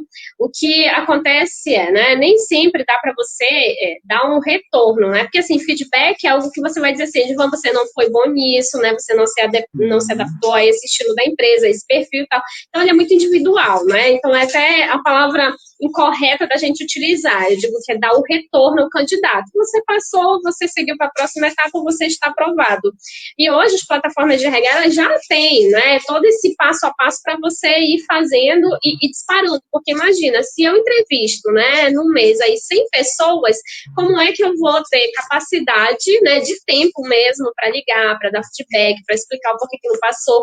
Então, por isso que muitas vezes, eu até nos meus cursos de recrutamento e seleção, eu falo para os meus alunos, gente, já deixa o combinado, que o combinado não sai caro, né? Pega aquele grupo de 30 pessoas e diz assim, gente, se vocês não receberem o retorno até sexta-feira, é porque você não passou, né? A gente agradece, vai ficar no banco e tal, e você utiliza a sua técnica lá. E ali as pessoas já sabem o ponto de corte. O ruim é quando você diz assim, eu vou te ligar, e não liga. Aí sim eu acho um desrespeito com o candidato. Cria uma expectativa, uma ansiedade, né? Infelizmente. Muito. Nona pergunta, minhas queridas mestras amazonenses. Maus tratos animais. Qual punição para os culpados? Prisão. Eu acho que essa história de fazer trabalho comunitário, que é o que tem se visto, pagar uma taxazinha, é irreal. Até porque, aí eu vou trazer bem a questão de estudo, tá? Sociológico. As pessoas que geralmente têm condutas sociopatas ou psicopatas, né? Que não conseguem viver em sociedade, elas geralmente manifestam esses comportamentos aí que não se encaixam dentro da conduta para viver bem em sociedade. Ela geralmente manifesta isso no comportamento quando agride ou quando maltrata um animal. Então, se uma pessoa é capaz de agredir um animal, de matar, de fazer mal, ela possivelmente pode ser capaz de fazer isso com um ser humano. E eu tenho deixado isso muito bem claro, porque agora eu tenho convivido com pessoas que não gostam de animais. Eu convivo com pessoas que gostam, como eu, mas eu convivo com pessoas que não gostam. E é muito diferente você não gostar de você maltratar, né? Então, as pessoas que eu convivo, elas não gostam, mas é assim, não gosto, não quero, pronto. Mas não vou chutar, não vou matar, não vou queimar, não vou maltratar. Então, eu acho que a punição deveria ser prisão mesmo. Claro. Acredito que já tem, né, legislação para isso, o que falta é ser aplicado. Então, eu acho que se no mínimo fosse aplicado, como o Brasil, né, o Brasil de uma legislação enorme, não é dita uma das mais justas e tudo mais, se for aplicado, acho que já resolveria aí metade dos problemas, né, com relação à causa animal. Eu também adoro animais, cuido de um animal de rua, não é, mas é infinito. Quando você está cuidando de 2, aí de repente multiplica, parece mais 4, não é? Então, é o problema de políticas públicas também. Eu fico muito feliz até quando eu vejo, né, aquela reportagem, nossa, país tal eliminou, né, todos os cães de rua, e eu fico imaginando quando que isso chega até o nosso país, que a gente não consegue resolver problemas básicos, né? Então, felizmente, a causa animal ela fica como secundário mesmo. O que não é interessante para eles, né? Infelizmente, acaba ficando como secundário. Eu sou um pouco mais radical, né? Acredito assim da questão do exemplo. Matou um animal, fez alguma coisa, eu acredito que não para a pessoa morrer, mas eu acredito que ela deveria não somente a prisão, sabe? Mas o sofrimento também, para ela ter ideia de que ela tirou um ser vivo.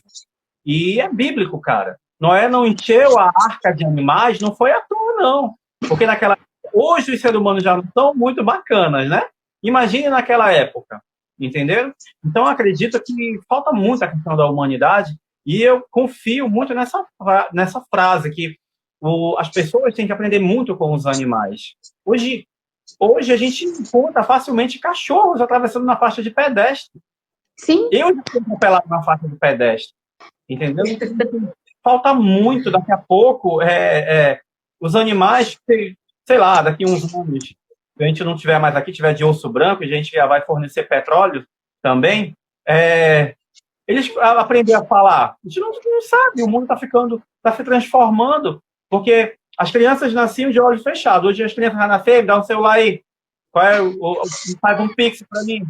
Já tem até Instagram, tem Instagram as crianças. Já nascem com um arroba. Justamente, verdade. Então, assim, tá tudo muito, não vou dizer louco, mas tá tudo muito modificado. E se a gente não acompanhar essas mudanças, e se a gente se calar perante essas injustiças, não dá. Né? Eu sou uma pessoa que não sei ver as coisas erradas, eu falo mesmo. Talvez seja um grande defeito do que eu digo. Eu não consigo ter medo, e eu não tenho medo. Eu sou 101% de atrevimento, né? Não tenho medo, aponto o dedo, vou lá. E vou para cima mesmo, ainda mais assim, com pessoas indefesas, com animais indefesos. A Cacau concorda. Oh, meu Deus. Deitada, de bruxo, não quer nada com a vida hoje. Hoje o ar-condicionado está todo para ela. E chegamos à nossa 10ª pergunta. Gente, está tão bacana, tão gostoso. E nós sabemos que não tem receita de bolo, né? Para todas as diversidades. Mas qual caminho você indicaria para a pessoa que quer ter sucesso profissional e não tem oportunidade de se inserir no mercado de trabalho por causa dessas adversidades? Eu acho que é o que a gente... Eu acho que foi, inclusive, o que fez a gente se unir na afinidade, assim, quando a gente trabalhava junto. É a educação. É a educação e, para mim, não tem outro meio senão pela educação. E aí, quando eu falo de educação, estou falando do sentido amplo da educação. A educação familiar, a educação social, a educação emocional, a educação em todos os âmbitos, assim. Se você quer ser um ser humano melhor, você tem que aprender. Se você quer ser um bom profissional, você tem que aprender. Se você quer ser um bom pai, uma boa mãe, você tem que aprender. Se você quer ser qualquer coisa na vida, você tem que aprender. Então, sem educação, a gente não consegue. E eu acho que é por isso que a nossa sociedade é tão precária, porque, infelizmente, a nossa educação é precária. Né? Se a gente vai ver a escola pública, ela é precária, ela é sem investimento, o professor não é valorizado. A gente que trabalhava no âmbito particular, né? A gente já via o resultado da falta de educação, né? Da falta do incentivo da educação dos nossos alunos dentro da faculdade. Imagina se a gente for analisar todo o contexto social de infância, adolescência, né? Profissional. Então, eu acho que sem educação a gente não vai para lugar nenhum. E não tendo investimento em educação, a gente já vê pelo governo, né? Que não investe em educação, não acredita na ciência. E eu lembro que a primeira aula que eu sempre dava era exatamente a diferença do senso comum para o conhecimento científico, né? O senso comum, ele é valorizado, né? É o que eu acho, é o que eu acredito, é o que eu vivencio. Mas é a ciência que me diz o que eu aprendi, né? É estudo, é pesquisa, é comprovação, é leitura, é teste, é tudo, né? E é educação. Educação. Patrícia. Legal. Clio toca num ponto fundamental, né? Que é a educação, a busca pelo conhecimento, que a classe mais desfavorecida não tem acesso. Hoje é difícil a gente não ver alguém que tem o celular, né? Que consiga um Wi-Fi nem que seja grátis para estudar, para buscar conhecimento. Eu digo que, assim, a escolarização ela é importante, mas eu acho que você está no meio de pessoas que possam te agregar valor. Né, eu até hoje falei um pouco sobre isso quando eu estava falando na aula de inteligência emocional, que era justamente você ter o seu mentorado, né? Não é aquela pessoa que é o consultor, que é o coach, mas aquela pessoa que você se inspira. Eu, na faculdade, eu me inspirei em um professor, né, que ele falava muito sobre os livros, e eu lembro de ter ficado tão apaixonada por aquilo, né, que eu comecei a ficar viciada, inclusive, a comprar livros da minha área, que na época eu estudava turismo, né, então, assim, eu queria aprender mais e mais, porque era muito amplo o conhecimento que se tinha naquela área.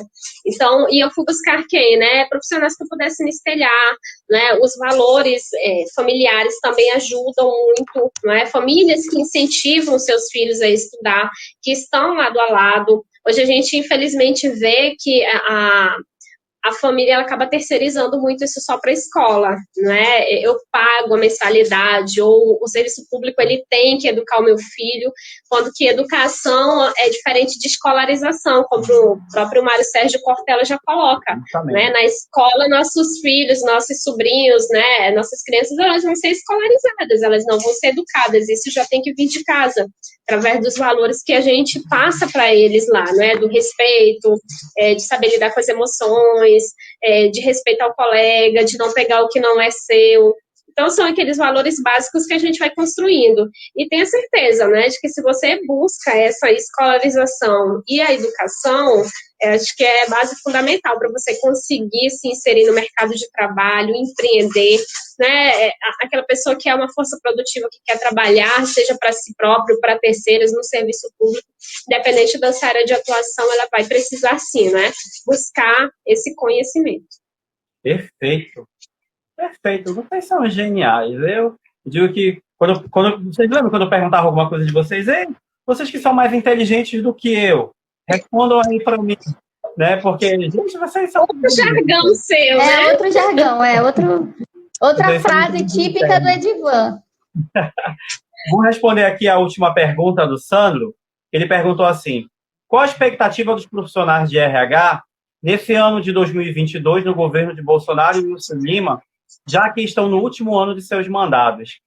Caro Sandro, eu acredito que não somente para os profissionais de RH, até para o vendedor de picolé.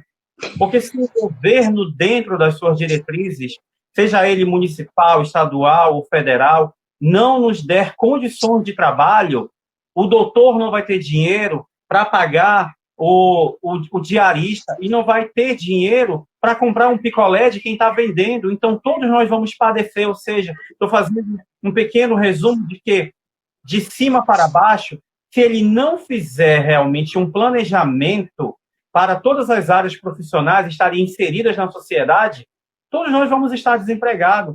Porque se eu estou desempregado, como é que eu vou comprar o pão na padaria? Como é que o seu João vai comprar matéria-prima para fazer o pão? Como é que ele vai pagar o empregado dele? E como é que esse empregado dele vai lá da Zona Leste para a Zona Sul, um exemplo, para poder trabalhar e colocar comida na mesa, pagar a luz, o aluguel dele?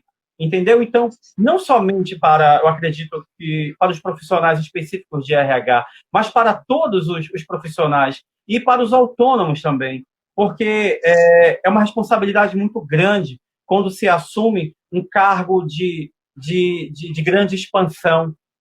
Prefeito, governador, presidente da República, secretários, então, vereadores, deputados, porque eles são nossos representantes. E a partir do momento que eles nos desapontam, a gente tem que procurar outro norte, a gente tem que procurar nossas melhorias, porque eu falo muito isso para todas as pessoas, Patrícia e Clio. Se nós não trabalharmos para pagar nossas contas e comer, ninguém vem deixar nada na nossa porta.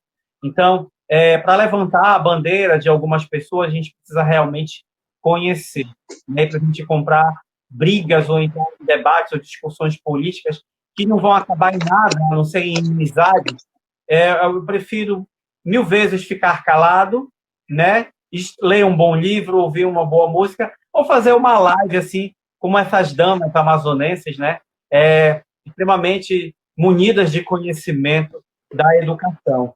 Agora vocês não vão escapar, não. A gente vai para a nossa rapidinha. Eu vou jogar uma palavra e vocês só com uma palavra vão me responder, tá? Primeiro a Clio e depois a Gisele. A Gabriela, Mas a Gisele vai ter tempo de pensar, porque eu vou falar, ela ainda vai ter tempo de pensar. Então. Fácil. Eu vou jogar assim.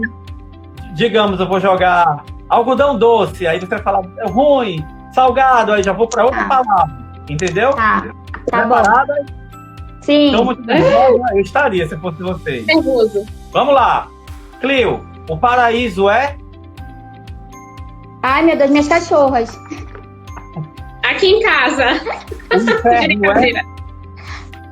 O quê? Eu não ouvi. O inferno é? Falta de insulina.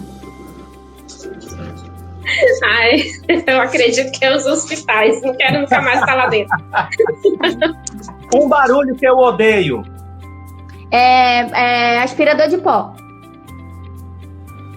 Ai, ventilador barulhento. Um barulho que eu adoro escutar. Chuva. Ai, gente, a tua voz, Edivan, eu gosto. Ai, que legal! Doce ou salgado? Salgado. Doce. Empada ou chocolate? Empada. Chocolate. O Amazonas é? Maravilhoso. Lindo, amo. Quando eu tiver muito dinheiro, eu vou fazer... Caridade. Dá pra todo mundo dinheiro. Ai, ainda bem que tu contratou, mulher. Eu desespero aqui. Eu vou montar uma ONG. Isso. Eu vou dar dinheiro pra ONG da Patrícia. Pronto. Legal. Maneiro. Cachorro. Tudo na minha vida. Minha paixão. Educação. É o que eu amo. É essencial. Família. Minha mãe. Ai, é a base. Se vocês pudessem fazer uma festa e reunir os melhores amigos, as pessoas mais queridas, aonde seria essa festa? Ai, naquele flutuante babado aí de Manaus, que é tudo caro. Naquele flutuante. Ia levar todo mundo que tá lá. Menina, seria num barraco que a gente está construindo ali no Novo Aleixo. Porque lá o espaço é bom. Indo, né? Já vi as fotos aí, tá bem bacana. Um país que eu ainda não conheci. Cara, eu ia cometer uma coisa horrível. Eu ia falar Disney, mas eu sei que a Disney não é um país, então Estados Unidos. É o impulso da resposta. Ai, eu tenho vontade de ir na Suíça, eu só não vou por causa do frio. Pô, mas é o que é o de melhor na Suíça, é o que... Usar os casacos chiques. Clio, deixa uma mensagem para as pessoas, motivando elas que a educação é a única via para a gente poder ascender na sociedade de maneira positiva. Meu Deus. Olha, eu acho que eu não tenho muitos talentos, tá? Não me considero uma pessoa muito talentosa, assim. Sei lá, cantar, eu não sou boa com matemática, o meu noivo, por exemplo, ele é bom com número, ele é bom em falar, eu não me considero com talento. Mas eu sempre fui uma pessoa que sabia que estudando eu ia galgar meu caminho, né? E tudo bem que eu não sou a pessoa mais bem-sucedida financeiramente, tá? Mas é algo que eu sempre falei para os meus alunos. Eu comecei a trabalhar com 17 anos. Hoje eu tenho 33 anos. Eu só fiquei 1 ano desempregada na minha vida, que foi quando eu cheguei nessa cidade. Eu nunca fiquei sem trabalhar, nunca fiquei sem oportunidade. Por quê? Porque eu sempre estava estudando. Então, sempre que você está estudando, é muito difícil você não encontrar um caminho ou um lugar em algum espaço, né? Ou alguma atividade que você desempenhe bem. Porque o estudo, a educação te faz isso, te faz um ser humano melhor, um profissional melhor. E aí, é porque tá faltando determinada coisa. Não, estuda que em algum momento você acha, porque a educação realmente abre portas, e eu sou a prova disso. Volto a dizer, não é que eu seja bem-sucedida financeiramente, mas eu sempre fui bem-sucedida profissionalmente, porque eu sempre estudei. Então, perfeito. Patrícia, dá uma dica aí. Dá uma dica aí para as pessoas, para sua entrevista de primeiro emprego, como elas devem se portar? É uma das palestras mais incríveis dela, viu? É muito boa. Gente, isso aí é uma live, né? Já fica aí na tua pauta, para quando quiser a gente já faz. Porque realmente tem, assim, preparo. Não é? Eu sempre digo, estuda a empresa, vai lá, entra no site, né? Pesquisa como ela se veste, como falam, se é uma empresa mais formal, mais informal, tudo isso faz muita diferença na hora da entrevista, né? Porque a nossa aparência muitas vezes gera os primeiros impactos, então isso no recrutador ele faz também diferença. Então, assim, você ser o mais sincero possível, não é tentar se expressar de uma forma mesmo, eu tô nervoso, o que eu faço? Diga que naquele momento você tá nervoso, porque aquele momento é muito importante para você. Então, a sinceridade, né, te relaxa, e isso ajuda o trabalho como, né, tanto do candidato quanto do recrutador. Então, assim, o primeiro passo mesmo é estude bem a vaga, veja o que é os requisitos, o que está pedindo, né, veja se bate com o seu currículo, a sua expertise, aquilo que você tem de competência técnica, comportamental, e arrebenta, né? Tem mais dicas, mas as principais são essas. Estudando a empresa e a vaga já ajuda muito. Perfeito. Aí a participação da minha irmã de coração maravilhosa, a Cássia Alessandra, futura secretária de Educação do país, ministra da Educação, nossa, é uma pessoa fantástica. Votem nela, viu? Ela não é candidata a nada, mas votem nela para ela ser ministra da Educação. Pensa uma mulher que conhece a BNT de trás para frente, de frente para trás. Essa conhece a BNT. E o que eu aprendi com ela sobre a LDB também, e sobre como um pedagogo deve proceder, como um profissional de educação deve proceder, aprendi muito com ela, né? E uma das profissionais mais humildes, uma das profissionais mais generosas que eu já conheci. Aí eu tenho um grande carinho. Meninas, tudo que é bom dura pouco, tá? Espero muito em breve reencontrá-la, viu, Gisele? Não deu para mim na sexta-feira aí, estava todo enrolado, trabalhei, amanhã vou trabalhar, graças a Deus. E imaginei. Dia 17 de fevereiro vou estar por aí, Cleo, em São Paulo, vou ver se eu dou um pulinho aí contigo.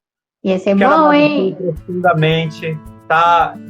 O tempo, o carinho, a atenção, acima de tudo o respeito, a amizade, porque a pessoa que vos fala também é cheia de defeito, às vezes fala muita besteira para vocês rirem, mas né, eu tenho um pavio muito curto com algumas coisas que eu não concordo, de posturas perversas de outras pessoas. Então, assim, para a gente não ficar sendo mal visto aos olhos. E hoje em dia eu estou de uma forma que eu não sei mais ver as coisas erradas, eu falo mesmo. Eu costumo dizer, hoje eu não tenho mais muita coisa que perder, né? Quem não quiser ouvir, que tire os ouvidos e guarde em outro lugar, porque prefiro falar para você do que falar de você. Então, eu acredito que o programa Contrariando Interesses é isso. Vocês deixaram de fazer algo para vocês hoje no final de semana para estar aqui, para as pessoas conhecerem um pouco mais do profissional de vocês, conhecer a pessoa também, o ser humano como vocês, né? Dentro dessa dinâmica da rapidinha. Agradecer é pouco, obrigado é pouco, e eu espero que Deus abençoe vocês com muita saúde grandemente, em todos os segmentos da vida de vocês. Vocês riam muito, tomem muito vinho, comam muita coisa gostosa, trabalhem de forma prazerosa, durmam igual os cachorros, de vez em quando quiserem dar um cochilo, podem dar, né? Essa recomendação que o meu médico, o cardiologista, sempre me passa, sempre que eu posso, eu faço isso, é pra gente aliviar o estresse e a tensão do dia a dia. Muito obrigado por vocês perderem um tempinho de vocês, minhas amigas, aqui para contribuir, pra gente falar de educação, que é sempre bom para quem tá aí do outro lado. Eu que agradeço, foi uma honra. Minha mãe já tá puxando aí a orelha de vocês, tá? Minha mãe comentou que vocês falaram que viu me visitar aqui em Prudente, estou no aguardo. Foi uma honra trabalhar com vocês, a gente aprendeu muito quando a gente dava aula junto. Era, assim, eu acho que foi uma das melhores fases, porque eu tava entrando na área da educação e já encontrei vocês, assim, e foi maravilhoso. E eu tenho muita sorte de a gente manter laços até hoje, né? Desse nosso trio, assim, tá junto até hoje, a gente se apoiando, eu mesmo longe, vocês sempre me incluírem e não desistirem de mim, rezarem por mim e saibam que a recíproca é verdadeira. Eu amo vocês demais, admiro muito, para mim vocês são profissionais, assim, excelentes, maravilhosos, e foi uma honra participar da live, e foi uma honra melhor ainda participar junto com a Patrícia, porque deu certo. Deu certo, primeiro dobradinha. Muito bom. Edivan, você sabe que eu sempre brinco, né? Eu sou sua fã, sou fã de Cleo, são duas pessoas que foram apresentadas, assim, é lógico que tem outros colegas, mas a gente tem um grupo até de WhatsApp, né, de 3 pessoas. Então, para ver como que o laço realmente afetivo ficou, a gente se identifica muito. E eu acho que é isso que a gente tem que agradecer, né? São essas amizades verdadeiras, e admirar vocês enquanto pessoa, enquanto profissional, e dizer assim que a gente está aqui, contem para o que der e vier, não é? No momento do riso, do choro, seja lá qual ele for, a gente está aqui, tá se dando a mão, mesmo longe, Cleo lá dando susto na gente, né? Mas a corrente foi grande, viu? E a gente vai sim fazer essa visita, né? Edivan, você depois me passa aí quando que você vai, né? Que é para eu tentar aqui me articular para ir, porque eu não posso ficar de fora desse café. Pode deixar. Eu vou levar até pupunha para cozinhar aí. Ai, meu Deus! Que é pra gente almoçar da manhã. Eu vou comprar todos os ingredientes de cachorro-quente também. De quicão, né? Porque o pessoal aqui fala cachorro-quente, mas é quicão. Quicão. É quicão. Meninas, um beijo, muito obrigado, tá? Na próxima live aí a gente vai ter uma surpresa, né? Um grande artista do nosso estado do Amazonas para enaltecer a nossa cultura. Fiquem com Deus, tá? E no próximo sábado, Contrariando Interesses, não percam. Tchau, tchau, meu povo. Tchau, gente. Tchau, Obrigada. gente. Ai, meu Deus. Oh, meu Deus, apareceu no final, bagunceira. Um cheiro. Tchau, Cheiro, gente. beijo.